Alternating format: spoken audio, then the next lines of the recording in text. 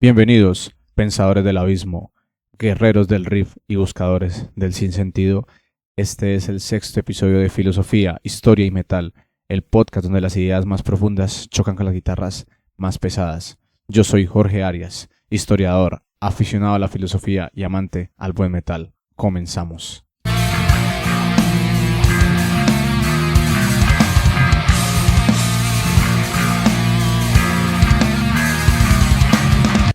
En el capítulo anterior hablamos sobre el Imperio Romano, cómo fue su desarrollo como civilización desde su mito fundacional con los dos hermanos Rómulo y Remo, su crecimiento como gran civilización desde la república, desde la visión del imperio o como lo fue durante un tiempo con una especie de monarquía. Esta dividida en dos por Imperio Romano de Occidente e Imperio Romano de Oriente. Y de la mano de la banda Exdeo hablamos con dos canciones alusivas al Imperio Romano, que fueron Calígula y The Roman. Para este capítulo pasado, mi idea también era hablar sobre la Revolución Francesa, pero dado el caso de que se nos extendió tanto la explicación sobre Roma, decidí que el siguiente capítulo iba a hablar justamente sobre este hermoso periodo de la historia, el cual es muy recordado por historiadores, por bandas y la cultura universal en general. Así que arranquemos con esto, muchachos. Revolución Francesa. Este es un concepto que de alguna u otra manera todos hemos escuchado desde el colegio. Yo recuerdo mucho que en el colegio donde yo estudié, en el Gimnasio del Pacífico, en la ciudad de Tuluá, me llegaron a mencionar la Revolución Francesa y siento que es un tema muy básico, que creo que en cualquier lugar se ha escuchado, así sea poco sobre él. Tenemos presente conceptos como la guillotina, o autores materiales e intelectuales de aquella época como Robespierre, Napoleón Bonaparte, que creo que es como el estandarte principal de aquella revolución, pues dentro del imaginario colectivo, ¿no? No estoy diciendo que Napoleón fue el artífice principal de la Revolución Francesa, pero siento que la gente que no sabe mucho sobre el tema hablan de Revolución Francesa y de una se les viene a la mente Napoleón Bonaparte. Y ya lo veremos ahora en este capítulo, donde nos daremos cuenta que efectivamente Napoleón fue una parte principal de esta revolución, hizo mucho, ayudó mucho, pero no lo es todo. Hay un trasfondo bastante grande que viene ligado con la política incluso contemporánea. Hay muchas cosas que vienen desligadas desde la Revolución Francesa en la parte occidental, ¿no? Porque si, vuelvo y digo, siempre coloco estos dos escenarios en contraste, porque generalmente nosotros siendo occidentales, conquistados por europeos, tenemos una visión bastante eurocentrista. Creemos de que los derechos humanos, que nacen justamente de la Declaración de los Derechos del Hombre en Francia, sirven o se avalan en todo el mundo, pero si nos podemos analizar, hay países, sobre todo los países asiáticos, donde tuvieron otro tipo de dinámicas y de contextos totalmente diferentes en épocas similares a los hechos ocurridos por lo menos en Europa o en América Latina. Es más, si se animan y les interesa este tema, podemos hablar incluso de lo siguiente. En el segundo capítulo mencionamos la Edad Media, ¿cierto? Y la visión de la muerte en la Edad Media. Podemos hacer una comparación en cómo los asiáticos vivieron esta época de la Edad Media, porque fue muy diferente para China, para Japón, para Corea, para Mongolia y su visión de la muerte con la ayuda de algunas bandas de rock y metal japoneses. Si se animan, entonces me lo colocan en la caja de comentarios. Por lo pronto, hablaremos sobre la Revolución Francesa y una pregunta que es crucial para entender por qué ocurrió dicha revolución es entender el sistema social, cómo estaba construida o constituida la sociedad francesa, pues bajo 5 clases sociales. Teníamos la primera, la monarquía, que eran los que gobernaban plenamente todo el apartado político. Después tenemos el alto clero junto con la nobleza, tenemos la burguesía y por último tenemos ya las clases populares y los campesinos. Bajo este enfoque, ya claro, de la sociedad francesa, podemos analizar lo siguiente. En este caso, los únicos que tenían un poder político real era la monarquía y el alto clero. Nadie más tenía una intervención directa alrededor de decisiones que puedan afectar al pueblo francés.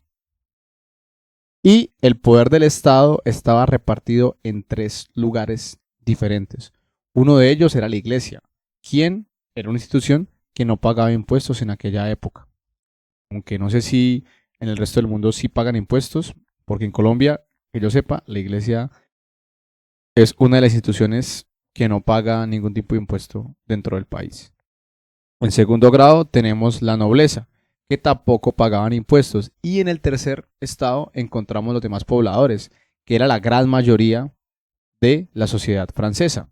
Pero justamente eran mayoría, más no tenían un poder sobre las decisiones que acarreaba su nación.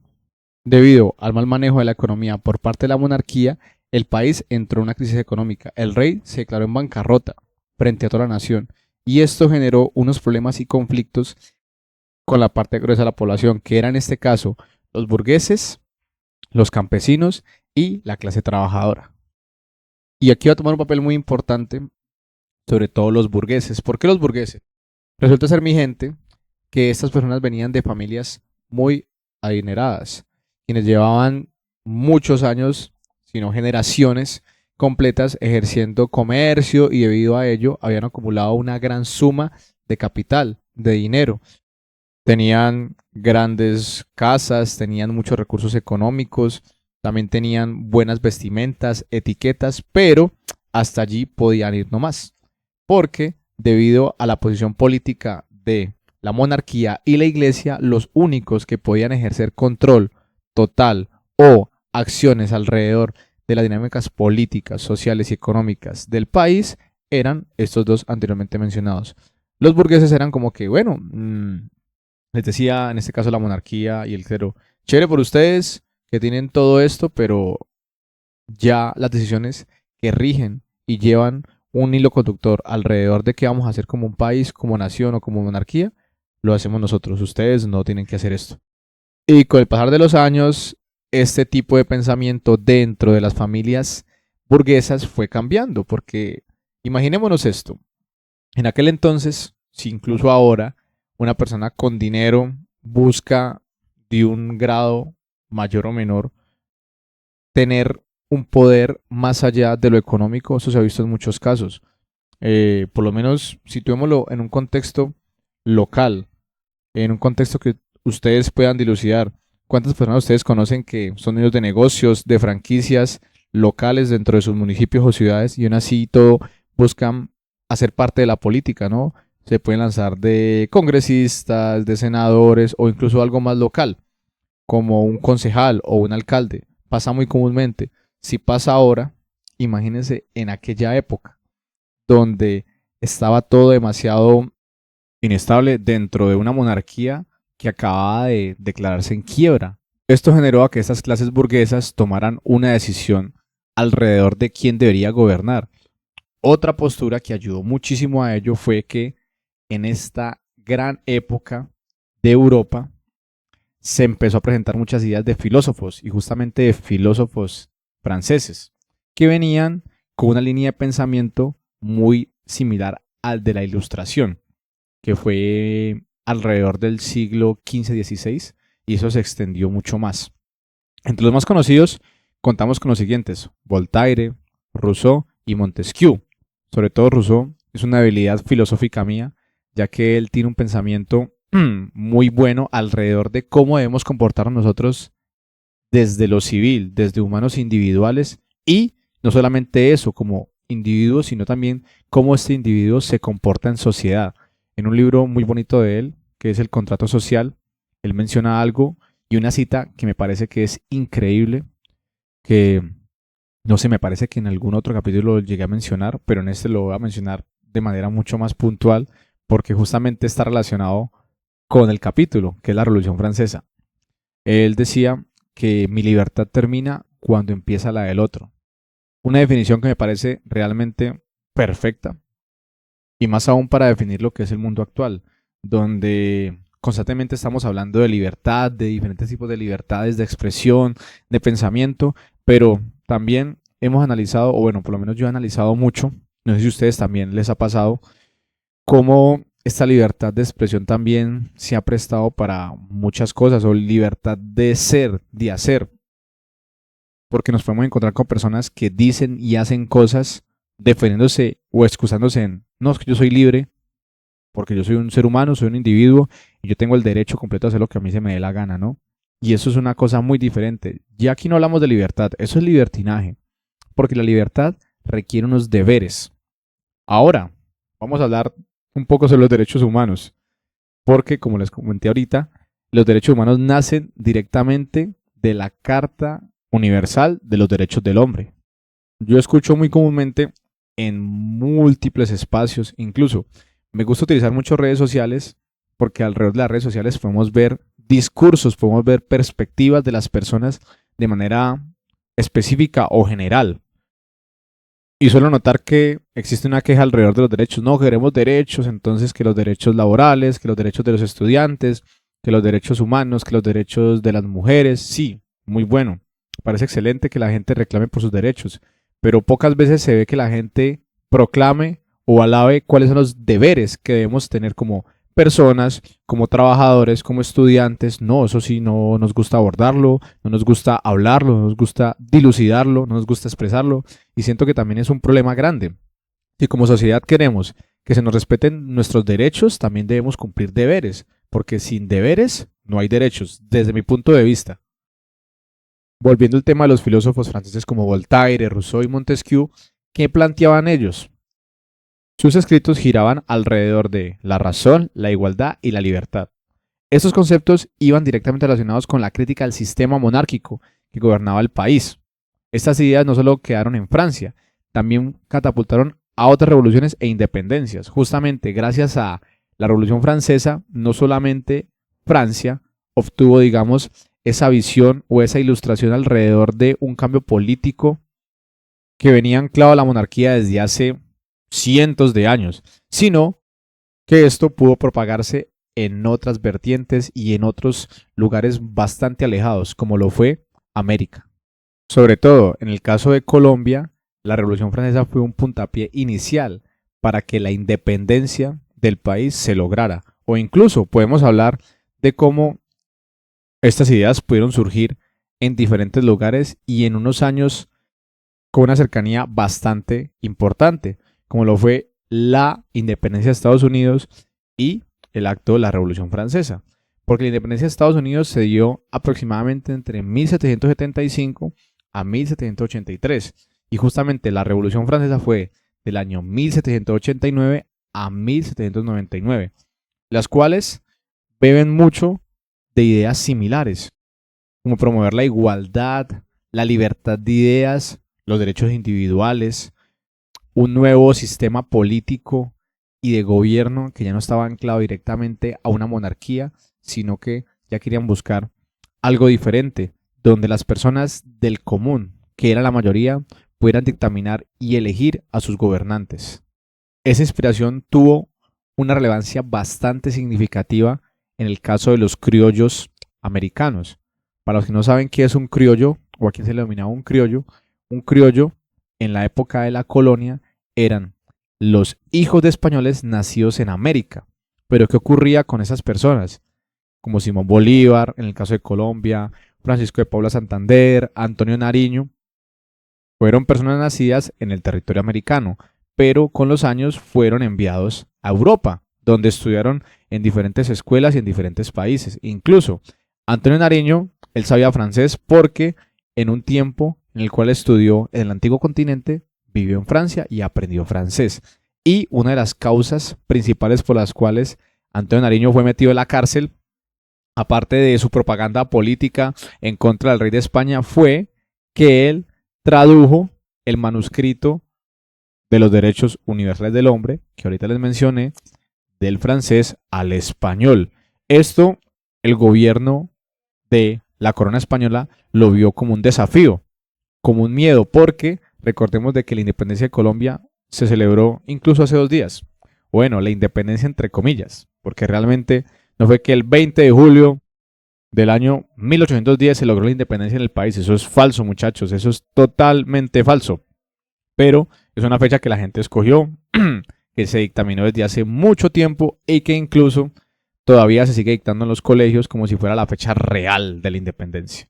Pero para aquellas personas que han estudiado la historia y sobre todo la historia nacional, sabemos de que realmente no ocurrió así. Pero si tomamos de base esta fecha, podemos articular lo siguiente. Si en 1810 se logró la independencia de Colombia y la Revolución Francesa se logró en el año 1799, ya estas ideas ya habían calado en América, habían calado en el país. Por ende, ya la gente de la corona española sabía a qué se podía tener. Porque la monarquía francesa, como ya vamos a abordar, tuvo un pequeño problema. Bueno, un pequeño problema no, un gran problema. Que literalmente perdieron la cabeza del gobierno. Perdieron el poder político total que tenían. Y el término pérdida de cabeza no fue figurativo, fue literal. ¿Y esto por qué pasó? Debido a que el rey declaró el país en una economía en crisis, en una bancarrota nacional, se generó una asamblea. En este caso, se presentaron unos diputados y representantes tanto del primer estado y el segundo estado, que como recordamos es la monarquía y la iglesia, y por último también algunos representantes del tercer estado, que era el pueblo llano en general. A esa asamblea se le llamó la Primera Asamblea Nacional. Ahora, vamos a ver algunos nombres puntuales de estos organismos que les van a traer los recuerdos de mecanismos de participación ciudadana actuales no solamente en Colombia, sino a nivel mundial, porque la Revolución Francesa fue el puntapié inicial para que todos estos sistemas de gobiernos políticos, sobre todo los políticos, la parte económica no tanto, o sea, sí tuvo que ver, pero sobre todo fue la parte política. Viene directamente relacionado, como lo dije en el capítulo pasado, de las ideas del Imperio Romano y esa caracterización más moderna que le otorgó la Revolución Francesa. Y nosotros vemos ya directamente de esa agrupación o de esa unión entre las ideas romanas y francesas. En la Asamblea General se buscaba generar unas leyes que favorecieran a las clases que no tenían voz ni poder político, que eran las que anteriormente mencionamos, que eran las del tercer estado. Esa asamblea luego pasó a llamarse una asamblea constituyente, otro concepto que actualmente se utiliza bastante en la política. Entre las leyes, decretos, derechos y documentos que surgieron de aquella asamblea, contamos con los siguientes. Primero, la Declaración de los Derechos del Hombre y del Ciudadano, la supresión del feudalismo, la apropiación de los bienes de la Iglesia y la Constitución Civil del Clero, la libertad de prensa, junto con la creación de una Constitución. Aquí también estamos hablando ya de un elemento político muy arraigado a la democracia actual, que es la Constitución. De estos diputados que se encontraban en estas asambleas, también surgió un término que es muy común en nuestra época, que es el concepto de derecha e izquierda. Por un lado, están los diputados que apoyaban las ideas que estaban más arraigadas a la monarquía. Estos se ubicaron en el lado derecho de la mesa, mientras que en la parte de la izquierda se ubicaron los representantes de las ideas que estaban más arraigadas hacia el bien del pueblo llano en general. Para el año 1791, donde esta constitución fue aprobada, hubo un cambio en la jerarquía del poder en Francia, partiendo de algo. Ya el rey no vivía en Versalles, lugar estratégico donde muchas generaciones de reyes franceses gobernaron, pero al generarse un nuevo tipo de gobierno en Francia, se cambió el lugar donde vivía el rey, y en este caso ya no tenía una monarquía como tal. Y este tipo de gobierno pasó a llamarse una monarquía constitucional, o sea, el rey tenía todavía una vigencia, tenía un poder, pero no era completo, y ya estaba delegado, en este caso, por diputados o representantes, quienes hacían parte del poder político que sostenía al gobierno francés. Para aquel entonces Francia estaba sometido en un gran problema. Como hemos mencionado, el país se había declarado en quiebra, y esto trajo repercusiones sociales y culturales muy importantes, entre ellos la hambruna, lo cual desencadenó un gran pánico en la sociedad francesa.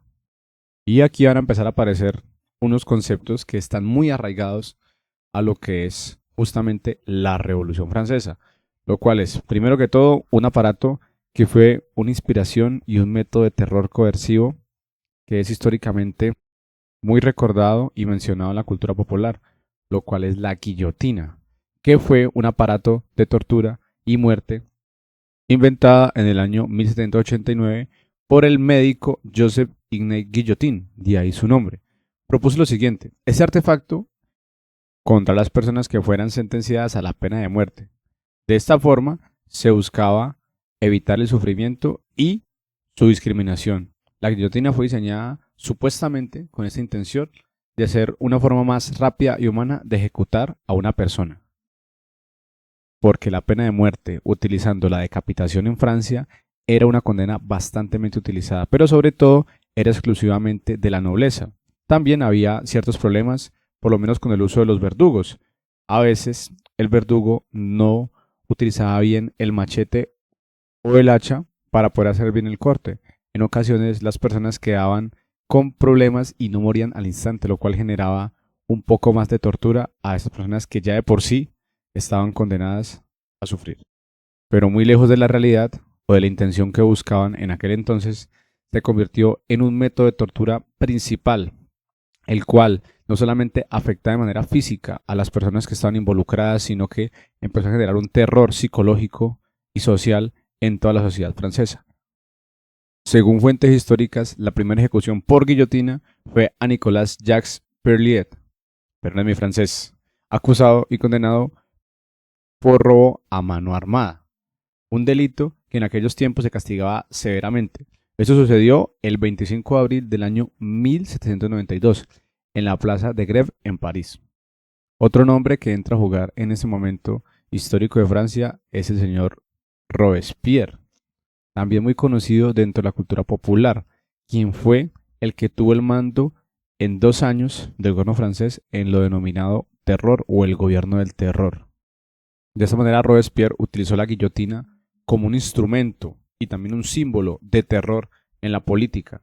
Se buscaba en aquel entonces que todas las personas que estuvieran en contra del nuevo régimen, de la nueva visión, de la nueva Francia, que estaba ya desligada de la monarquía, solo tenían una alternativa si querían seguir vivos, la cual era acoplarse al nuevo régimen, o si no, terminarían siendo ejecutados. El poder de la guillotina fue tan grande que no solamente personas que estuvieron en contra de la revolución fueron ejecutados, sino también grandes entes políticos. Entre los más famosos encontramos al rey, Luis XVI, que tras una fuga fallida en el año de 1791, junto a toda su familia, fue capturado y fue encerrado junto a la reina.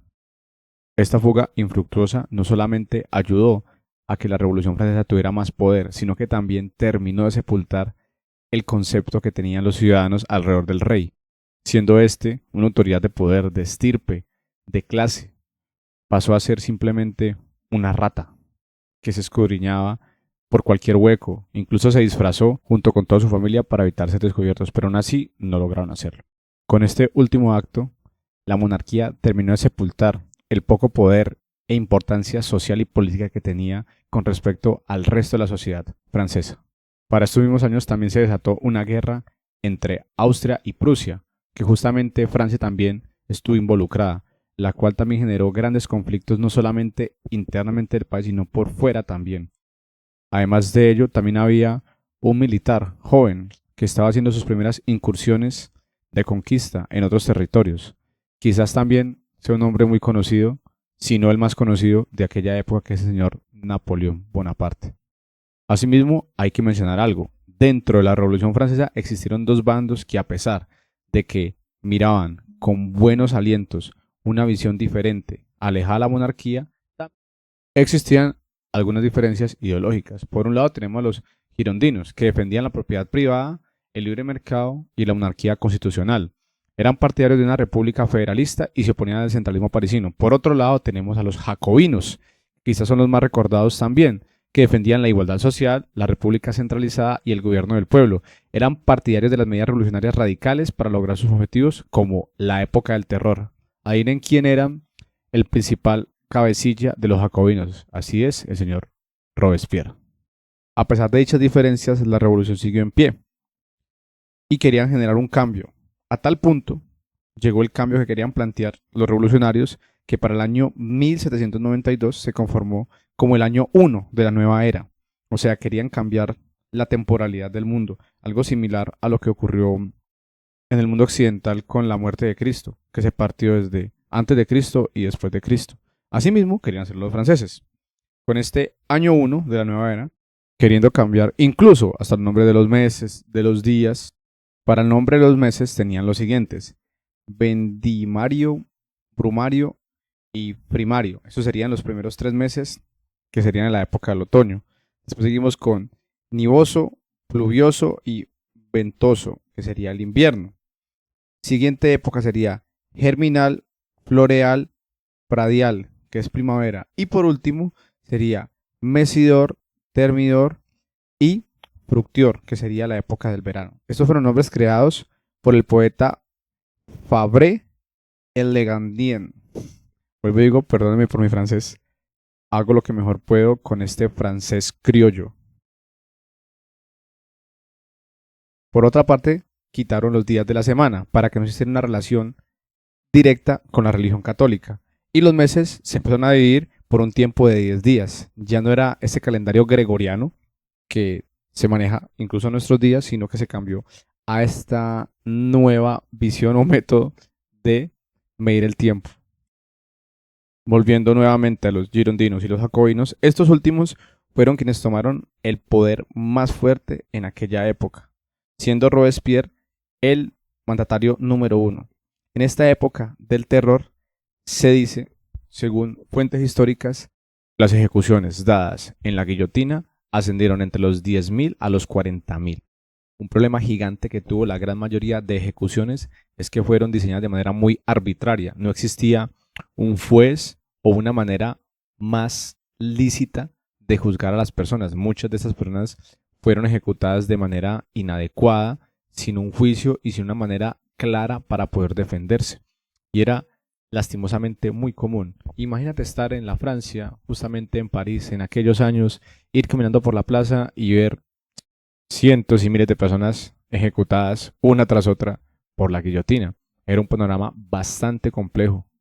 Y todo eso terminó justamente con la muerte de Robespierre, que para el año 1794, justamente el 28 de julio, este día, junto a otros 20 seguidores, se dio por terminada justamente esta época del terror. En el siguiente año, 1795, se creó una nueva constitución. Esta fue creada bajo el enfoque de 2 cámaras de poder dentro de la parte ejecutiva. Posteriormente, 4 años pasaron y la persona que mencionamos ahorita, el señor Napoleón Bonaparte, tomó el poder luego de unas campañas de expansión territorial que tuvo en Egipto y en otros lugares del mundo. Y para el año de 1804 se proclamó emperador del Imperio francés. Con esto último hemos terminado esta parte alrededor sobre cómo se dio la historia de la Revolución Francesa. Ahora vamos a hablar sobre el énfasis que tuvo el rock o el metal, qué bandas y qué canciones han hablado sobre esta época tan histórica y tan importante en la humanidad. Comenzaremos con la banda británica Saxon, que tiene una canción llamada Madame Guillotine, haciendo referencia justamente a esta herramienta de tortura y de muerte que fue pionera de la época del terror en la Revolución Francesa. La canción comienza con las siguientes líneas. Dice: Madame Guillotina, me ha llamado la muerte. He venido a saldar tus deudas. María Antonieta, toma tu bonita cabeza. Esta frase hace referencia justamente a lo que mencionamos ahorita, cuando los reyes de Francia fueron decapitados en la guillotina. En aquel entonces la reina de Francia era María Antonieta, conocida por ser una persona demasiado extravagante, déspota y cruel con el pueblo francés. Y esta fue una de las causas principales por las cuales fue tan odiada por gran parte de su pueblo. Con la segunda canción que vamos a tratar sobre la Revolución Francesa, vamos a explorar un poco más el significado, la repercusión y los tipos de dichos o gestos que tuvo María Antonieta con respecto al pueblo francés que determinó aún más su muerte. Continúa la canción diciendo: soy el azote de los ricos, también soy la venganza de los pobres. De nuevo, una referencia muy clara a lo que mencionamos anteriormente. Recordemos de que en aquel entonces, antes de la Revolución Francesa, los únicos que podían manejar el poder político era ¿qué? La monarquía, el clero y la iglesia. Nadie más que ellos tenían un poder político o podían hacer un cambio circunstancial dentro de la sociedad francesa. Dicha desigualdad fue la que terminó generando esta gran brecha que existía entre las diferentes partes de la sociedad francesa. Además de que las personas que más fueron ejecutadas dentro de la guillotina fueron los ricos, justamente, gente del clero y de la monarquía. Y en este caso, cuando dice la venganza de los pobres, fue justamente porque a través del poder del pueblo llano, que era este tercer estado, donde estaba compuesto con campesinos, artesanos y en este caso también burgueses, que bueno, si hablamos de gente pobre, pues los burgueses no eran pobres. Económicamente tenían un capital importante, más no tenían un poder político consolidado, pero no eran necesariamente pobres, aunque quitándolos a ellos, el resto de la población francesa sí hacía parte de este pueblo llano, de las personas con escasos recursos, con problemas económicos de vivienda, alimentación, de salud. Así que justamente hace referencia a esa venganza que tenían o que buscaban estas personas, las cuales no tenían voz ni voto. Los arreglos ya están hechos. Morirás por mi cuchillada. Tus gritos son en vano. Puedo ayudarte con tu dolor. Puede ser también una referencia bastante grande a la visión que tenía el médico Joseph Guillotin, que fue el que la inventó. Recordemos que él buscaba justamente que la gente no sufriera tanto a la hora de la ejecución, porque había pasado en repetidas ocasiones que cuando las personas eran ejecutadas bajo la sentencia del corte de cabeza, el verdugo muchas veces no aplicaba la fuerza necesaria o no colocaba el hacha o el machete o el arma utilizada para cortar la cabeza de manera adecuada, y lo cual generaba mayor sufrimiento a las personas que estaban en sentencia de muerte. La canción continúa con déjame presentarte a Madame Guillotina. Estará encantada de conocerte, pero por favor no pierdas la cabeza. Con un tono bastante burlesco, alrededor de decir justamente de que la gente no pierda la cabeza al conocer a su verdugo número uno. También dice una frase muy común: llegó la revolución. Nunca fui culpable, era mi propósito matar, pero la gente venía por la emoción, por el sonido de la multitud exigiendo tu sangre. Bueno, aquí tenemos unas líneas o unas frases muy cortas, pero que también nos dan un contexto bastante importante de aquella época. Pues la revolución, sabemos de dónde vino. A raíz de esta época del terror también se terminó de consolidar la Revolución Francesa de la mano de los jacobinos, que fueron totalmente arbitrarios para hacer ejecuciones a personas que estaban en contra de ellos. Fue posible de una manera, digamos, muy violenta, pero en este caso necesaria para ellos, que terminó formando las bases de lo que es la actual democracia, no solamente en Francia, sino en muchos países. Porque el hecho de no solamente cortar la cabeza al rey o a la reina, sino de acabar completamente con todos los estaños de la monarquía, del clero y de la gente que tenía un poder articulado a estos entes de poder, terminó configurando una nueva forma de gobernar y de pensar. No fui culpable, dice también, ¿no? Haciendo una alusión a que la guillotina habla por sí misma diciendo de que, hey, yo no quise buscar esto, simplemente los seres humanos o ustedes hicieron uso de mí para que se generara esta época del terror, para que se generara esta masacre, esta violencia desmedida y sin control. Incluso esta queja que hace de manera metafórica la guillotina, donde dice que no fui culpable, se le puede inmiscuir a la gran mayoría de inventos de la humanidad. La pólvora. Mucha gente no sabe que la pólvora, primero, fue inventada en China. Creo que ese dato lo sabe la gran mayoría de las personas. Pero lo que mucha gente no sabe es que fue diseñada bajo un enfoque. Querían empezar a generar explosiones para romper montañas y generar caminos, ¿cierto? Pero posteriormente, ¿para qué fue utilizada la pólvora? Justamente para hacer bombas, para generar daños, para generar muertes, masacres, etcétera. Y así pasa con la gran mayoría de los inventos. Ahora vámonos a la parte más moderna. Yo lucho mucho con la gente, sobre todo con las personas mayores, cuando dicen que no, la tecnología es mala, tiene muchos problemas, mire que trae muchas consecuencias graves y delicadas. Yo digo, no, no, no. La tecnología no es mala. El uso desmedido de ella sí es malo. Ese es el problema como tal del ser humano, que no sabemos controlarla, no sabemos mediarla, no sabemos hasta qué punto algo, por más bueno que sea, en exceso nos va a ser perjudicial. Pero digo, justamente a un mal uso, a un uso excesivo de las cosas, pueden transformarse en algo que en vez de ayudar a la humanidad o al ser humano, puede literalmente acabarlo. En este caso, la guillotina sí fue diseñada como un método para terminar con la vida de las personas, pero su influencia máxima era justamente evitar que la gente sufriera, que no tuviera un final mucho más trágico que el que ya de por sí estaban condenados, que era morir. Pero en este caso Robespierre utilizó este símbolo no como un consuelo para aquellas víctimas que ya estaban condenadas a muerte, sino que también fue utilizado como un símbolo del terror mediático para que todo aquel que no estuviera a favor de la nueva visión de la revolución fuera ejecutado y exterminado. Es cierto también que la gente iba por la emoción, por el sonido de la multitud, exigiendo sangre. Eso ha sido algo que nos ha perseguido durante toda nuestra historia como seres humanos. Nos ha gustado el morbo, ver el sufrimiento de alguien que ha hecho algo muy malo e incluso todavía ese tipo de actos siguen presentes de cierta manera, no tan fuertes ni tan graves, no con implicaciones ya de muerte directamente, pero sí en representaciones como la tauromaquia, en donde sale un torero atacando a un animal que ya está herido y posteriormente lo ejecuta. O bueno, esa es la finalidad que busca una corrida de toros. Entonces, vemos que incluso en nuestra época actual, donde supuestamente somos sociedades mucho más civilizadas, todavía bebemos y vivimos mucho del sufrimiento ajeno. Lo vemos como algo interesante, atractivo, llamativo.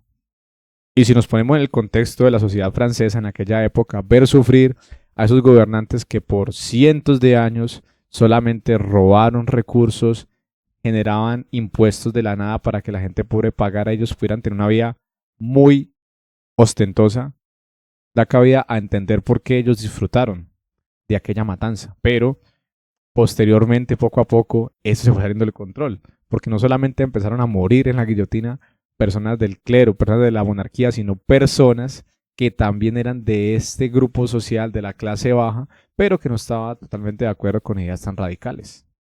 Y la última canción que utilizaremos como contexto para hablar sobre la Revolución Francesa será una canción de Gojira, una de las bandas que desde hace un par de años ha sido uno de los estandartes a nivel musical del metal, abriendo en grandes shows, haciendo grandes conciertos.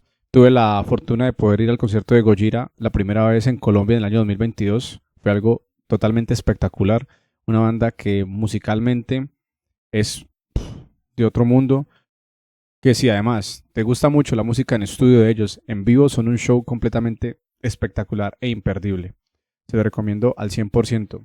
Ojalá vengan, no creo que ya vengan este año, posiblemente vengan el otro, porque el año pasado vinieron con Mastodon, no pude ir lastimosamente, pero imagino que también fue un show increíble. En este caso, tomaremos una canción que utilizaron el año pasado, justamente para la inauguración de los Juegos Olímpicos de París, que fue un show bastante mediático a nivel internacional, ya que fue la primera presentación de una banda de metal en la inauguración de unos Juegos Olímpicos.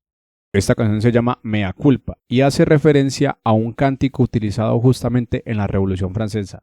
Para aquellos que no han visto la presentación, se la recomiendo muchísimo. Es una puesta en escena brutal, justamente en un palacio que en aquella época fue una cárcel en la cual estuvo encarcelada María Antonieta, la última reina de Francia, justo antes de ser ejecutada. Y en la presentación de la canción sale justamente unas marionetas emulando a María Antonieta, exclamando una línea en francés que dice: todo estará bien, todo estará bien, todo estará bien. Los aristócratas con la linterna. Todo estará bien, todo estará bien. A los aristócratas los colgaremos. ¿Por qué decía esto? Lo que ocurría era que en aquel entonces también a los aristócratas y esta gente de poder que estaba ligada a la monarquía eran ejecutados también colgados, justamente en las farolas de las lámparas de las calles. De allí recae el concepto de que los aristócratas deben ir a la linterna o deben ser colgados. El resto de la canción sigue enfatizando el término de todo está bien o todo estará bien.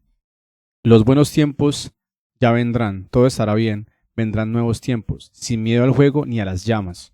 ¿Esto por qué? Recordemos el contexto político y social de Francia, un país dado en la quiebra debido a su mala administración de la monarquía y también al gran terror que trajo la revolución de la mano de los jacobinos con Robespierre.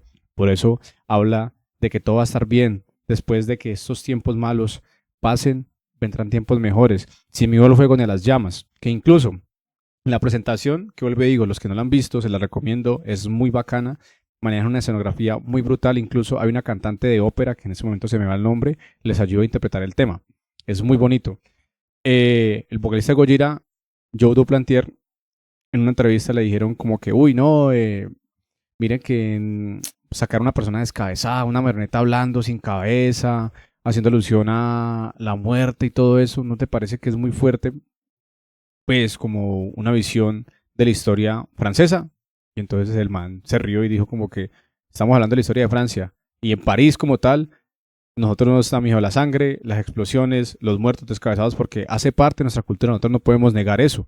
Simplemente es una expresión de lo que fuimos, de lo que hace parte de nuestra cultura históricamente hablando, y es una realidad.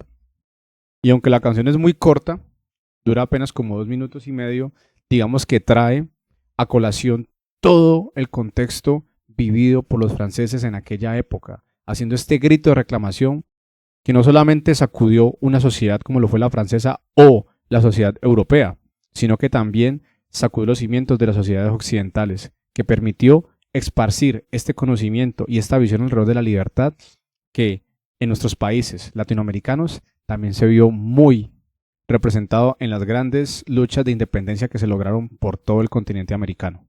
Y hasta aquí el podcast de hoy, muchachos. Espero que les haya gustado mucho. Me demoré un poquito, bastante en hacerlo, pero créanme que ha sido difícil para mí. He tenido mucho trabajo, he estado también ocupado con algunas cosas de mi banda. Hemos tenido presentaciones en otras ciudades y justamente este sábado, para la gente de Ibagué que me escuche, estaremos en el bar Storm acompañado con otras bandas en el Aggressive Sound Fest. Aquí tengo de publicidad mi banda. Pero bueno, muchachos, debido a esto he tenido unas dificultades técnicas para sacar el podcast más seguido, pero créanme que estoy haciendo todo el esfuerzo posible para hacerlo lo más pronto posible. Espero que el siguiente capítulo no demore tanto.